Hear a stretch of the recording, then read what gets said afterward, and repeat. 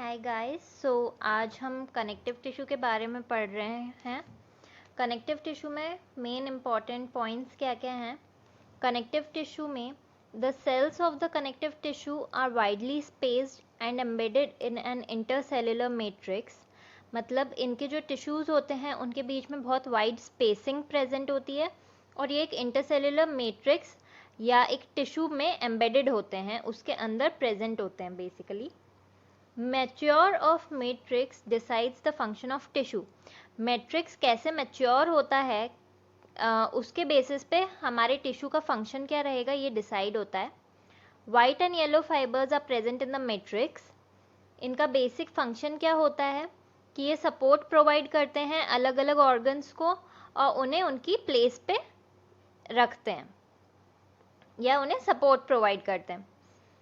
First type का connective tissue is fluid और vascular tissue, जिसमें अपने आते हैं neutrophils, eosinophils, basophils, lymphocytes, monocytes, platelets and erythrocytes. इसमें से न्यूट्रोफिल, इओसिनोफिल, बेसोफिल, लिम्फोसाइट और मोनोसाइट आपके हो जाते हैं WBCs और the white blood cells. Platelets और बाकी होते हैं एरिथ्रोसाइट्स, जिसे अपन RBCs या रेड ब्लड सेल्स के नाम से भी जानते हैं। नाउ इज ब्लड और लिम्फ। ब्लड एंड लिम्फ में आता है कि ब्लड हमारा एक कनेक्टिव टिश्यू है, एक फ्लूइड मैट्रिक्स फ्लो करता है ब्लड में जिसे अपन प्लाज्मा कहते हैं। एंड प्लाज्मा के अंदर हमें फ्लोटिंग सेल्स या कॉर्पसल्स मिलते हैं जो कि ब्लड जो प्लाज्मा हेल्प करता है ट्रांसपोर्टेशन ऑफ मटेरियल्स में। ये कॉर्पसल्स क्या होते हैं? ये कॉर्पसल्स होते हैं हमारे WBCs, RBCs और प्लेटलेट्स, और इनके थ्रू हमारे बहुत सारे मटेरियल्स ट्रांसपोर्ट होते हैं बॉडी में, लाइक न्यूट्रिटिव सब्सटेंसेस। जितना भी न्यूट्रिशन हमें हमारे फूड से मिलता है वो हमारे ब्लड के थ्रू ट्रांसपोर्ट होता है।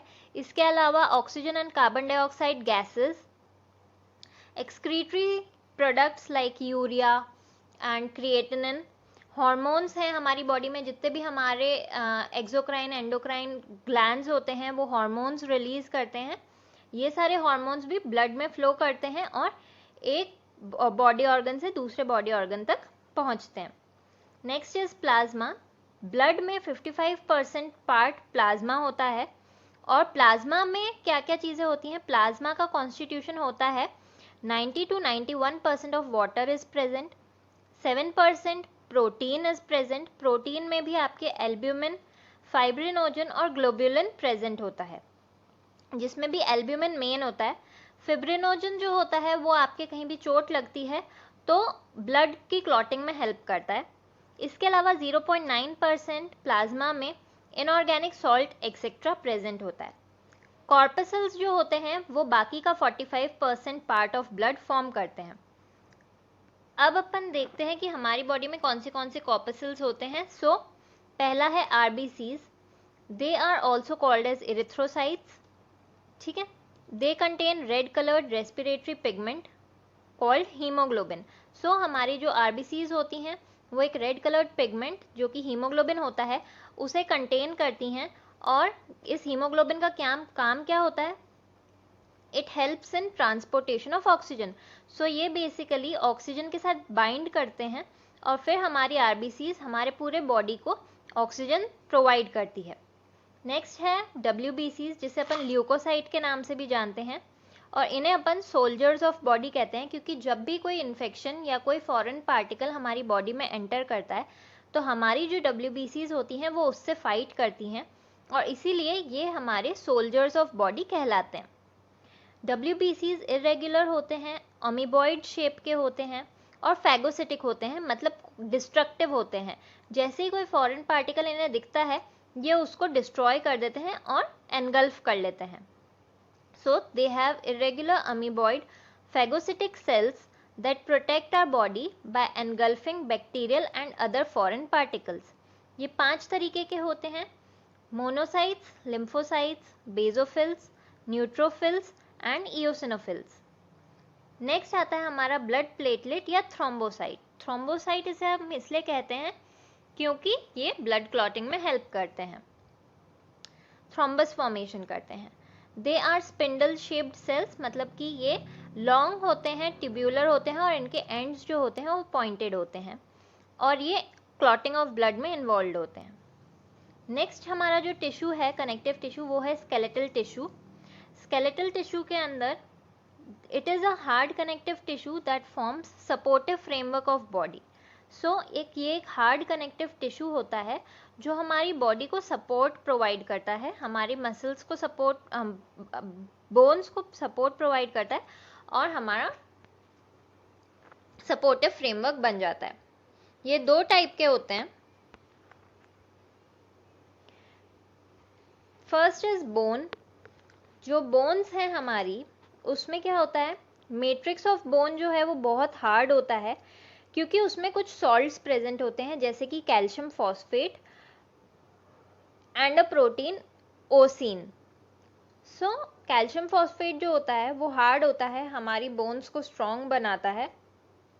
इसके अलावा हमें कैल्शियम कार्बोनेट भी इसमें प्रेजेंट हो सकता है। सो बोन्स को स्ट्रॉन्ग बनाने के लिए कैल्शियम चाहिए होता है, इसलिए हम कैल्शियम सॉल्ट्स उसमें हमें मिलते हैं। Next is bone cells, osteoblasts are embedded in this hard matrix.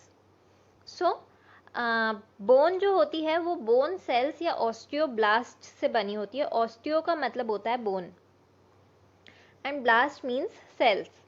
सो ये इस हार्ड मैट्रिक्स में एम्बेडेड होते हैं या इसमें प्रेजेंट होते हैं। Third point is matrix is deposited in the form of concentric layer of lamella formed around a central canal. The Dunn cells occupy small spaces between the concentric layers of matrix.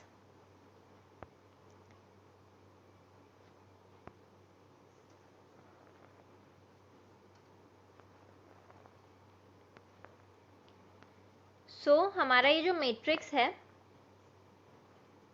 इसमें क्या होता है, concentric circles होते हैं, मतलब एक circle के अंदर दूसरा सर्कल, दूसरे सर्कल के अंदर तीसरा सर्कल, ऐसे एक के बाहर एक सर्कल्स बने हुए होते हैं एक सेंट्रल कैनाल के अंदर। मतलब एक सेंट्रल ट्यूब जा रही होती है सेंटर में से और उसके बाहर ऐसे सर्कल्स बने होते हैं और जो डेन सेल्स होते हैं वो इन स्मॉल स्पेसेस को ऑक्यूपाई कर लेते हैं और ये सब मिलके हमारा मैट्रिक्स फॉर्म करते हैं। जो लॉन्ग बोन्स होती हैं दे आर यूजुअली हॉलो, मतलब वो अंदर से खाली होती हैं, खोखली होती हैं। Containing cavity called as marrow cavity, it is full of bone marrow. So ये अंदर से हॉलो होती हैं और इसके अंदर बोन मैरो प्रेजेंट होता है। और हमारा जो बोन मैरो होता है हमारी बॉडी में वो दो टाइप का हो सकता है, येलो और red bone marrow.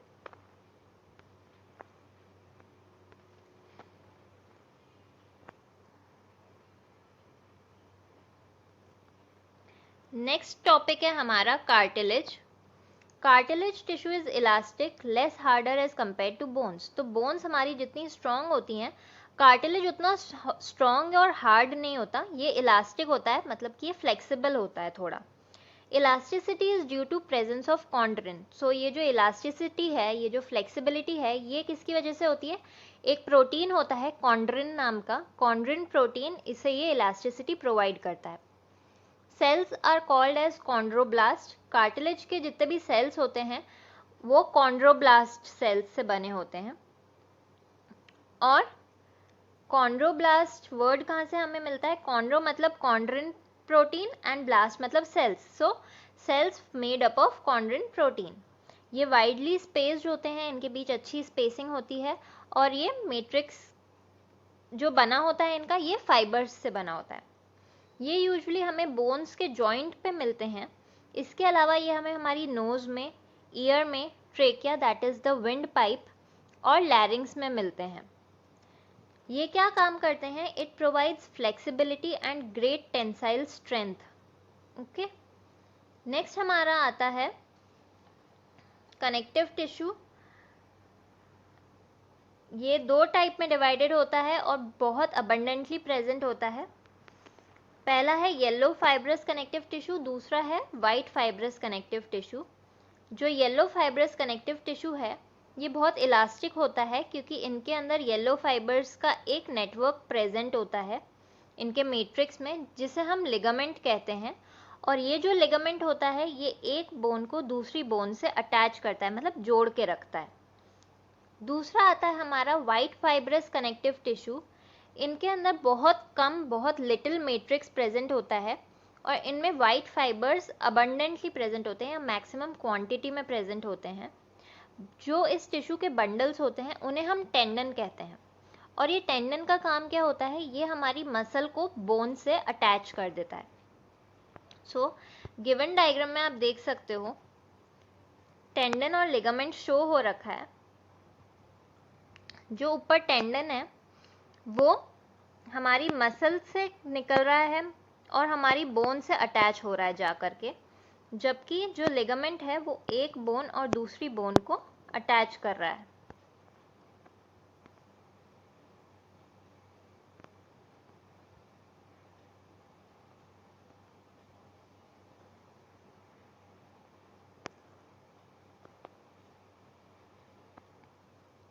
Now comes the areolar tissue. ये मोस्ट डिस्ट्रीब्यूटिव कनेक्टिव टिश्यू है बॉडी के अंदर, मतलब हमारी बॉडी के अंदर सबसे ज़्यादा जो टिश्यू एक डिपॉजिटेड है, डिस्ट्रीब्यूटेड है अलग अलग जगहों पे, वो है areolar tissue. This tissue fills spaces inside organs and is found between the skin and muscle, around blood vessels, nerves and in the bone marrow. So ये जो एरियोलर टिश्यू है ये आपको आपकी स्किन के नीचे मिलेगा, मसल्स के अराउंड मिलेगा। इसके अलावा ये आपकी ब्लड वेसल्स, नर्व्स और बोन मैरो के आसपास आपको देखने के लिए मिलता है।